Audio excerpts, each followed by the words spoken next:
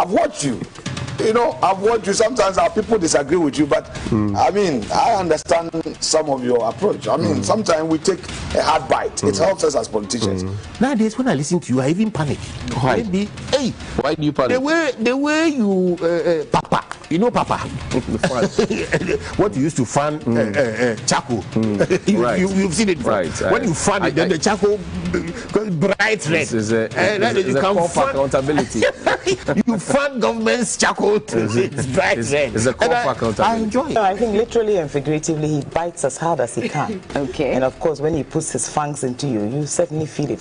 I think it pricks the conscience very quickly and sharply. So certainly a fantastic avenue for a great editorial, and one that literally wakes us up. This is our society, right? And it will take me and you to do it. That's why I always watch Johnnies Bite. The general watches Johnnies Bite every day. Thank you very much. And it's devoid of insults, but straight to the point, factual and fearless. What he seeks to do is to bring attention to some of the ills or some of the problems that we have. And even though it's often very spicy, I was telling him that he could add some ketchup on the side. Oh, you should add some ketchup. It's too hot for you, eh? Too hot. I don't get surprised when people criticize you. But I think you are doing a good job. Thank you, sir. And don't at all think about what people will say. Continue with the objective work that you are doing. And definitely it will help this nation. Because you are not doing it for yourself. But what Ghanaians cannot say is what you are saying. Charlie, no be joke. The pressure people like Johnny can give you. No. You no get grey hair, you go get grey hair. I'm innocent. And that's what I'm saying. That the pressure Johnny and his people, the pressure they can give you, you no get grey hair, you go get. So your best bet is not to have hair. Bismillahirrahmanirrahim. Alhamdulillah Rabbil Alameen. Hasbanallah wa ni'ma wakil.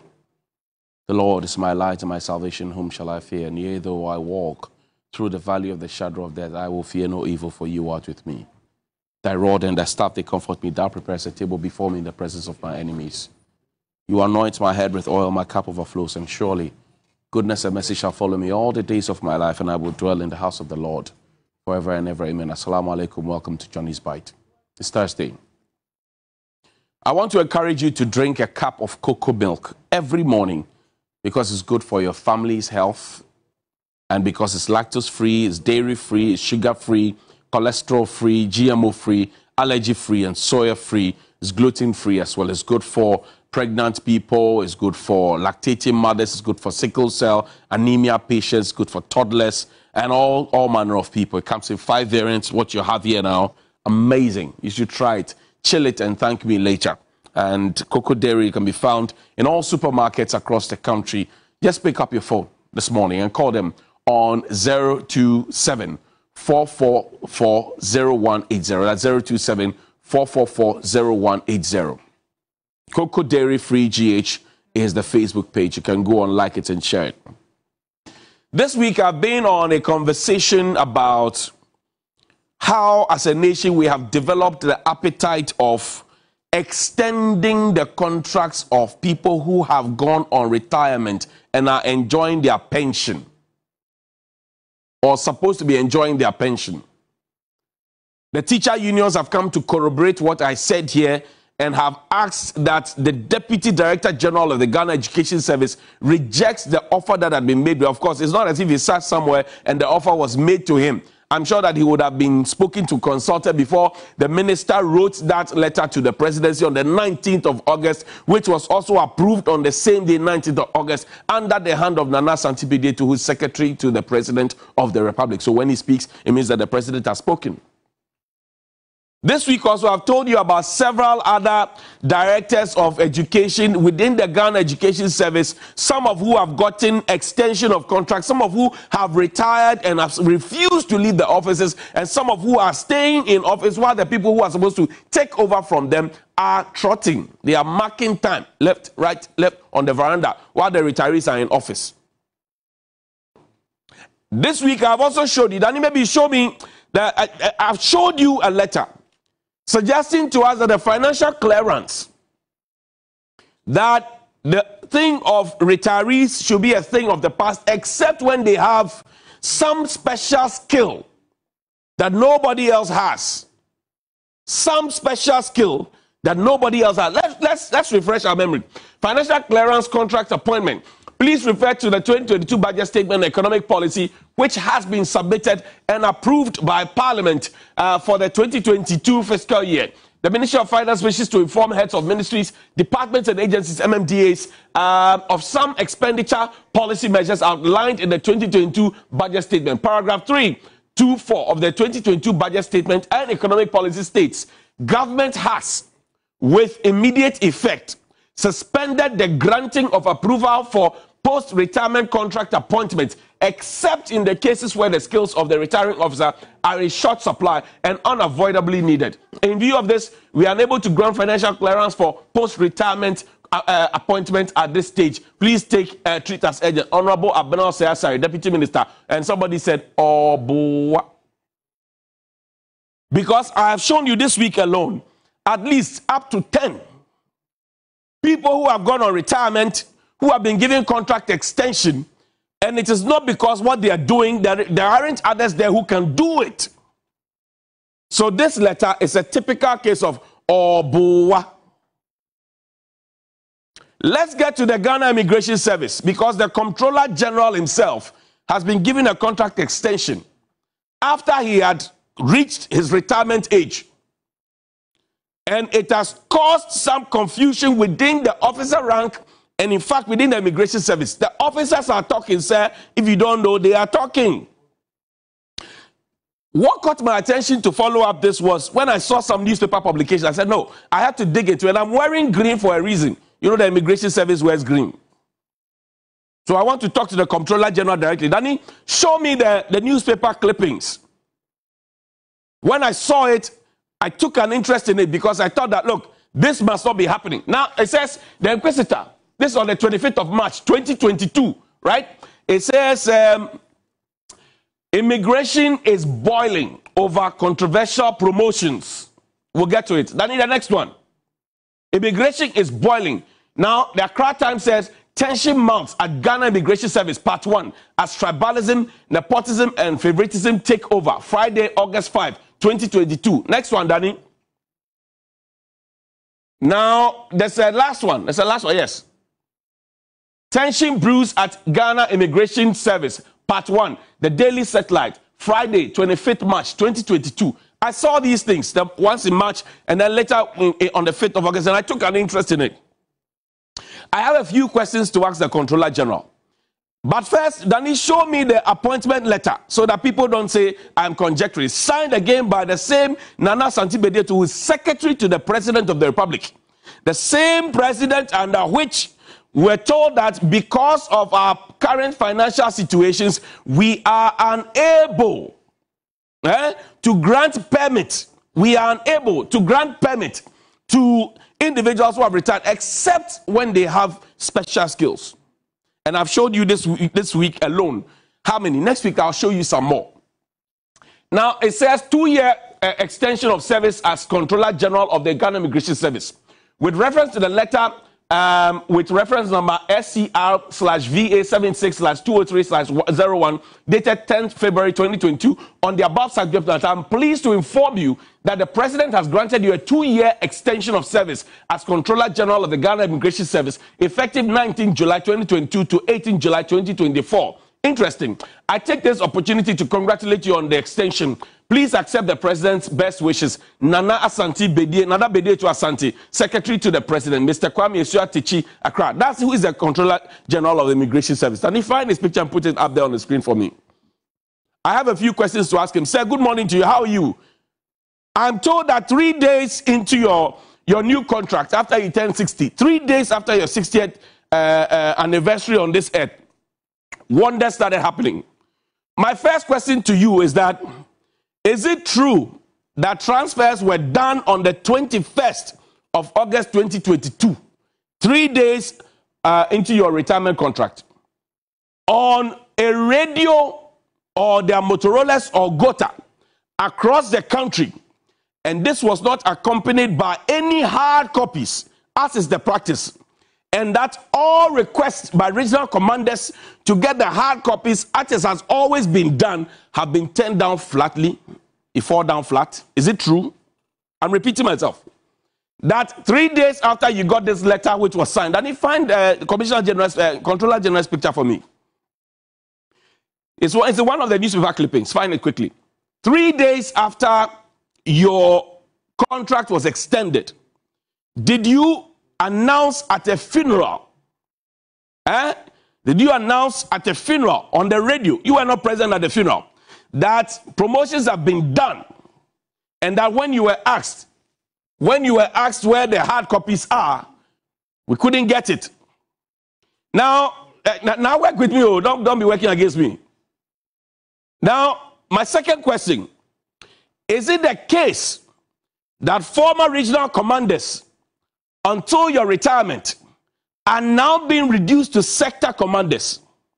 Is it true that regional commanders who have worked, some for 4 years, some for 5 years, some for 6 years, some for 12 years, have now been brought down to sector commanders? Is it true? Under your watch, sir, I'm just asking you questions. Now, is it the case that a certain man, a commissioned officer, Assistant Commissioner of Immigration, Kojo Opon Yeboah, was on Thursday, the 18th of August, 2022, transferred from Tema as regional commander to Bimbila as the district commander? Listen, bring it back now. So this man is supposed to have been the regional commander at Tema. He was transferred to Bimbila as the district commander. If you know the rankings, a regional commander and a district commander. So how do you transfer a regional commander and make him a district commander? Bimbila, is it true? And that he, particularly, this man I'm talking about, has been on that rank of ACI, Assistant Commissioner of Immigration, for 6 years. 6 years. And 6 years he has not been promoted. Meanwhile, there's a 4-year conventional rule. If you ask any uniform person, they will tell you. Unless, of course, there are certain circumstances. What is the circumstance?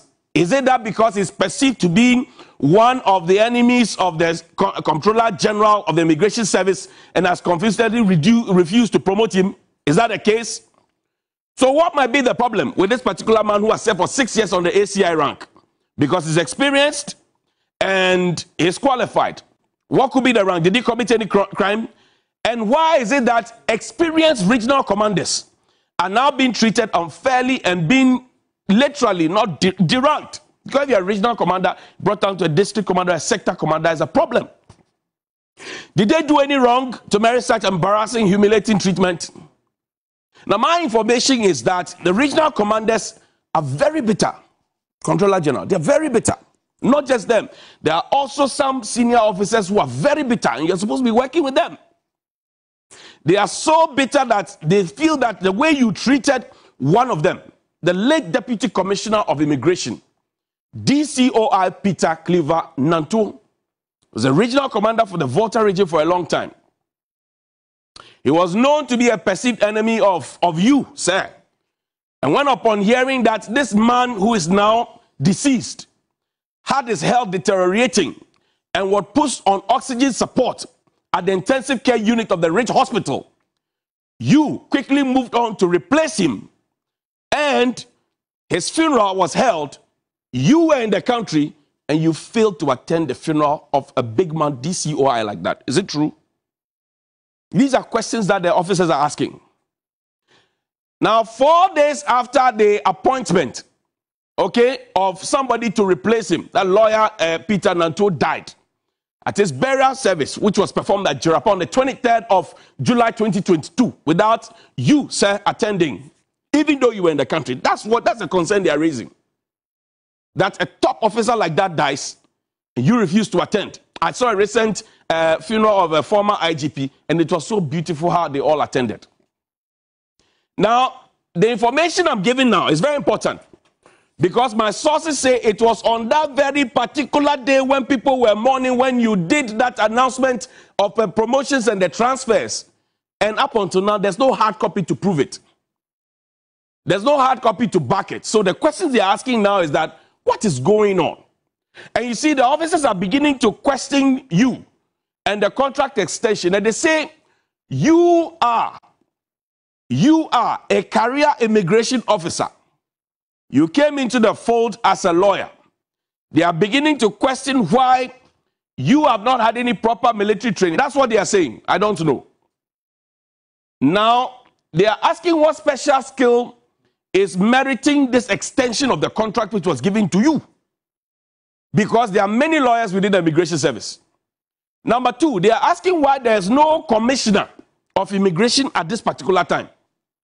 Even though you have ACIs, you have DCOIs, they are asking why there's no COIs of immigration. What is going on, sir? And they say under your watch, sir, for 5 years as boss of the immigration service, under your watch, the immigration service has become the second most corrupt institution in the country. They said that should be your focus, sir. The officers are now discussing among themselves. I told you that in 2013 you were interdicted for visa and permit malpractices. Subsequently, you were reinstated in 2017 per court orders. Now they are saying that there's a question mark on you. There's a question mark on you. Then there are 2 letters. We'll wrap up with that.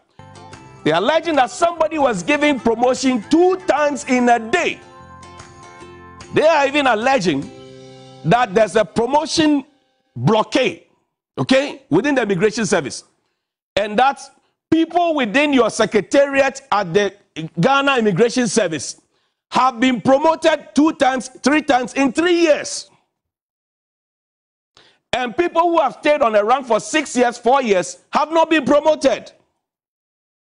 Disaffection. They are not happy. I am not the one saying, I'm asking the questions. Now look at this letter. 18th March 2022. Edwin Ajete Doku, Superintendent, Ghana Immigration Service, Bunkpurugu. Following your success at the recent promotion interview, and they say the interviews have been selective, I am directed to inform you that the Ghana Immigration Service Council has approved of your promotion from Deputy Superintendent of Immigration to the rank of Superintendent of Immigration with immediate effect from 13th October 2016. So it's been backdated. The salary scale attached to the post is level 19H. Okay, which is 23,474.77 or to 24,000, whatever. You enter the scale at the initial point of signed Controller General. Then show me the second letter. This is another letter promoting the same person. The Ghana Immigration Service can approve your promotion from Superintendent of Immigration to the rank of Chief Superintendent of Immigration, pursuant to Regulation 5 of Immigration, blah, blah, blah. See, same date. One person promoted from superintendent, same day, same person promoted from superintendent to chief superintendent. And that is the question the people are asking. They are asking this, and this is where I'd want Dr. Edward Prempe, who is the chair of the Council of Immigration Service, to step in. If these are the things that you have supervised, and I'm asking their question, so they say these are the things that you have supervised while you were Controller General.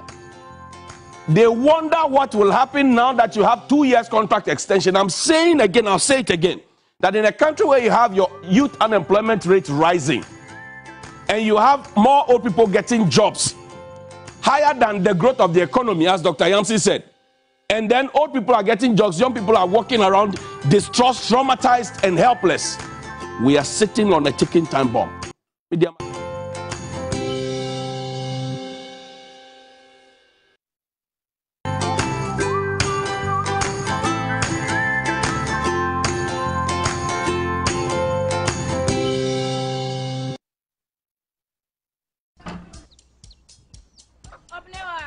Mommy.